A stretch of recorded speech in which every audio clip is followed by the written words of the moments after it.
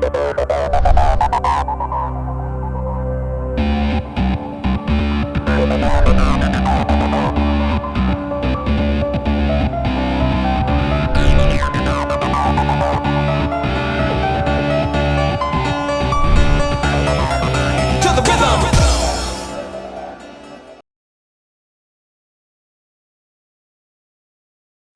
guys, we're back. I was going to finish up doing the painting on this gray Craftsman, and I was going to show that to you real quick. Finished up with the trail ride and have recovered and picked out all the blackberry thorns. It was what it was. No good mud, but it was some nice hills. And I took over an hour of video, and it was just going up and down and trying to hold it. I am going to be getting a GoPro. I don't know that much about them. I've been reading a lot of reviews. If y'all would, that would be great. If you have any experience with GoPros or have any suggestions about video cameras, put it in the comments section. Let me see. I can spend a little bit on it, and I just need something. But we're about to get ready and paint this guy here. Let me flip down and show you. I went ahead and removed the decal, the safety warning decal and all that good stuff. And I have lightly scuffed the surface, and I'm going to get it ready to paint. I've taped off some. I have not taped it off completely. And we're going to get this thing painted, go ahead and put the deck on it, and get it to where it can dry, because I've got to start making room for some others that are starting to come in too. More to come in just a few. Thanks. Okay, hang on, let's tip this guy down. There. That's a good first coat. That coat is not going to be perfect, just from the pitting and the rust and everything. I mean, ideally you could sand it, body filler, all that stuff, but it's a ride mower, so you know, you have to keep it kind of realistic.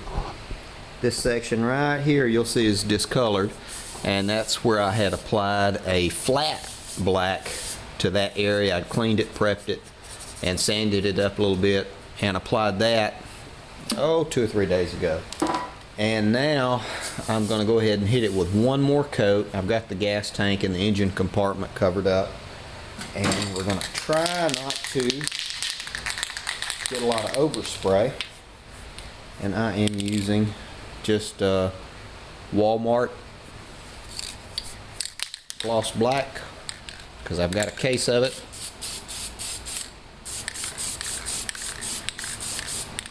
Now when this dries, we're going to go over the console completely with the clear acrylic, and that will blend it all together perfectly.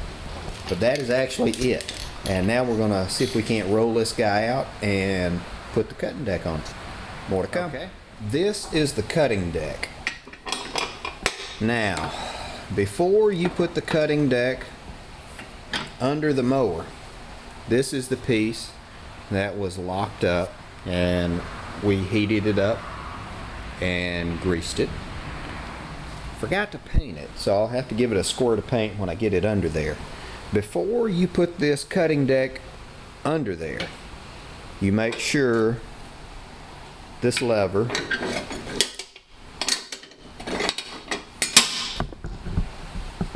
is positioned like this. It's going to carry it. That's the back support for it. And this is the lever. Oh, it's hard to do this with one hand. There we go.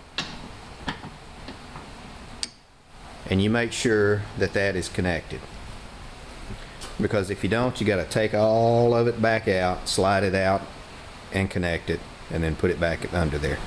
Now, I don't want to close the hood because the sides of that console are still tacky and wet, so I'm going to slide it under right here, and we'll see if we can't get it connected real quick. More to come.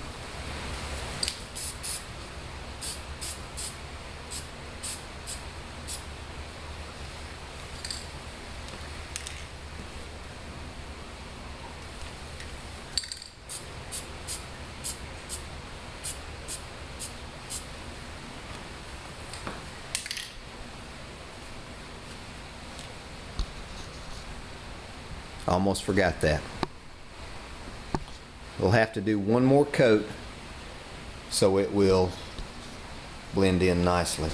You can see it's kind of rolling off of it a little bit. I had scuffed it up to take off that clear coat, but I don't guess I got enough of it off.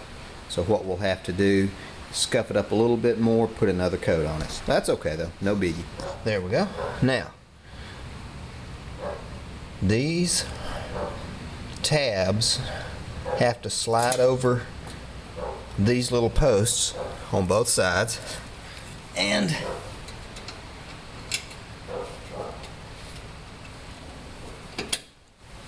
then you're going to put in the retaining clip. We're also going to do the one at the back. I hope you saw that one. And then we'll get the front in just a second. More to come. Okay. This is the bar I was telling you about, that if you don't have it positioned correctly, you have to either take the cutting deck back out or you have to unbolt it. So put the pin in there. The only ones we have left are the two clips that go in the front and the belt, and then we're going to link up the actual shifting activator. So more to come in just a second. It never fails. There's always one guy that's going to give you trouble. This, I had to heat it up with my torch, but you've seen me do that. It's just now gotten where it's cool enough to touch. Whew, still a little bit warm. So we're going to adjust this down. You got to be careful. This is one of these locking nuts. You got to be careful. You don't want to heat up the plastic in it too much. So I didn't put really a whole lot of heat. I just put enough here to break this guy and then lubed everything up. We're going to get this put on and be done with this thing. More to come. Guys, we are just about finished with this. I've got that last arm on, and we're going to spin her around so you can take a look and see. You know this adjusts the cutting deck height. Let's see if I can back out and raise and lower it. So that actually works nicely. And set that down for a moment, and then this engages the cutting deck. So that's all squared away. You can hear the rain.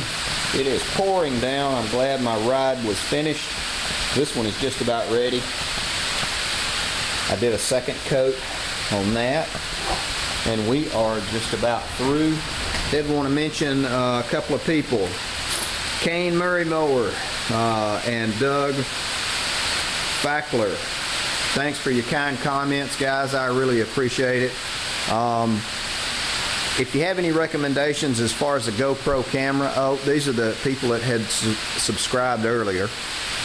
Mention them again: 1981 Hot Rods, Skitty, 8619, Hair Cooler, and Paul M.